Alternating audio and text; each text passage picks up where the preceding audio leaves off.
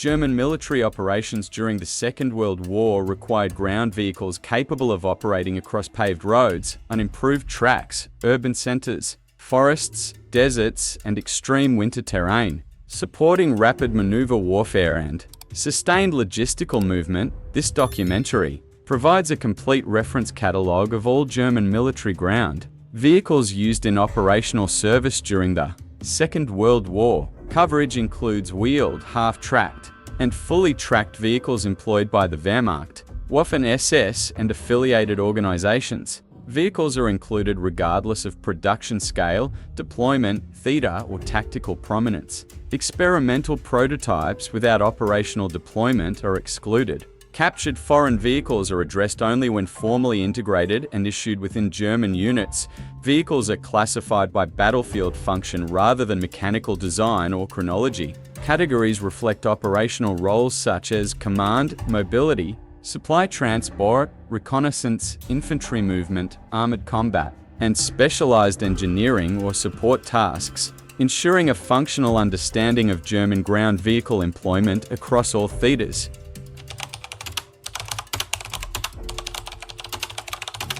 The Volkswagen Cape Belgian Type 82 served as the standard light utility vehicle for command transport, liaison duties, and light cargo movement across all fronts. Valued for simplicity and adaptability in varied climates, the Volkswagen Schwimmwagen Type 166 was an amphibious utility vehicle employed primarily by reconnaissance and engineer units, enabling river crossings and mobility in marsh and flooded terrain. The WWII 75 motorcycle was used for reconnaissance, dispatch, riding, and escort duties. Frequently equipped with a sidecar for weapons carriage and crew mobility in early and mid-war operations, the ZNDAPP KS 750 motorcycle fulfilled similar roles to the WWII 75, supporting reconnaissance units and traffic control elements with high mobility on roads and light off-road terrain. The Horch 901 heavy passenger car functioned as a staff and command vehicle, transporting officers and serving as a radio and liaison platform in divisional and corps-level formations. The Horch 108 Type 40 replaced earlier heavy cars, providing improved off-road capability for command and utility roles within mechanized and motorized units.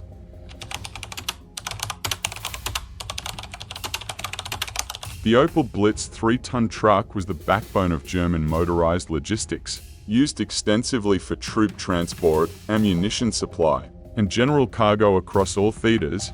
The Mercedes-Benz L3000 supported supply columns and artillery units, transporting equipment, fuel, and personnel in both rear area and forward operations. The Ford V3000S truck, produced under license, expanded logistical capacity and was widely used by Heer and Luftwaffe ground formations. The BSSing NAG 4500 heavy truck was employed for long-distance transport of heavy supplies and engineering equipment, particularly in occupied territories. The Magirus S3000 provided reliable medium-load transport for infantry divisions, commonly adapted for specialized roles including workshops and medical evacuation.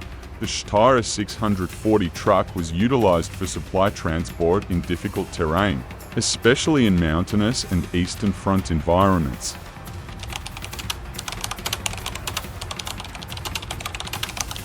The SD KFZ 221 light armored car performed early war reconnaissance and security duties, offering protected mobility for scouting elements. The SD KFZ 222 improved upon earlier models with enhanced armament. Serving in reconnaissance battalions throughout Europe and North Africa, the SD KFZ 223 was configured for command and radio communication, enabling long-range coordination within reconnaissance units. The SD KFZ 231-6 RAD was employed in early campaigns, providing armored reconnaissance before being phased out due to limited off-road performance. The SD KFZ 232-8 RAD offered improved mobility and endurance. Widely used for deep reconnaissance and security missions, the SD KFZ 230 for series, including the Puma variant, represented the final generation of German armored cars, used for high-speed reconnaissance in late war operations.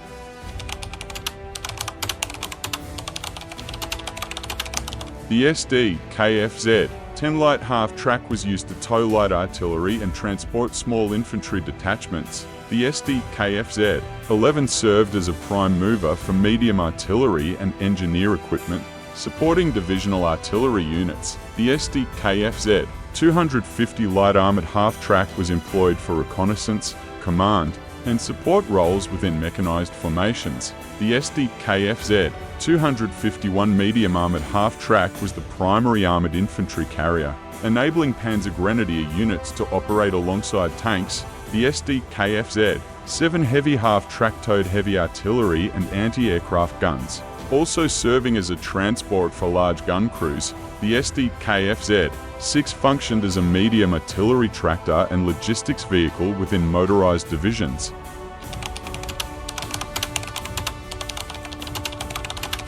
The Panzer I was used primarily for training and early war combat support, introducing Germany to mass-armored operations. The Panzer II served in reconnaissance and light combat roles during early campaigns, and later in secondary theaters. The Panzer III formed the core of German armored forces during the early and mid-war period. Engaging enemy armor and supporting infantry, the Panzer IV became the most widely used German medium tank, fulfilling infantry, support, and anti-armor roles throughout the war. The Panther tank was deployed as a main battle tank in later stages, emphasizing armored combat in defensive and offensive operations.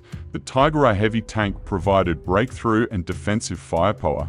Often deployed in independent heavy tank battalions, the Tiger II was introduced for heavy defensive roles, primarily on the eastern and western fronts during late war operations. The Stug 3 assault gun supported infantry with direct fire, becoming one of the most produced German armored vehicles. The Stug 4 supplemented existing assault gun units when tank production faced constraints. The Jagdpanzer IV served as a tank destroyer, emphasizing ambush and defensive combat roles. The Jagdpanther combined mobility and firepower for anti-armor operations. In late war conditions, the Elephant tank destroyer was employed in limited numbers for heavy anti-tank roles. The Hetzer light tank destroyer supported infantry divisions with mobile defensive firepower.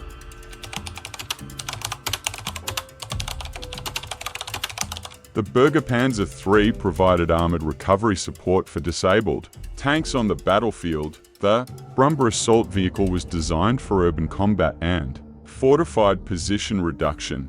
The Wesp self-propelled howitzer delivered mobile artillery support to armored divisions. The Hummel self-propelled gun provided long-range artillery fire in support of mechanized formations. The Marder series tank destroyers offered interim mobile anti-tank capability using converted chassis. The Nashorn was employed for long-range anti-armor engagements. The Flakpanzer vom Bellwagen provided mobile anti-aircraft defense for armored units. The Wirbelwind and Ostwind offered improved air defense for advancing formations. The SD-KFZ-9 FAMO heavy half-track supported tank recovery and heavy towing operations. German ground vehicles of the Second World War formed an extensive and functionally diverse system supporting maneuver warfare, logistics, and combined arms operations. From light utility vehicles to heavy armored platforms, each vehicle type fulfilled a specific operational role.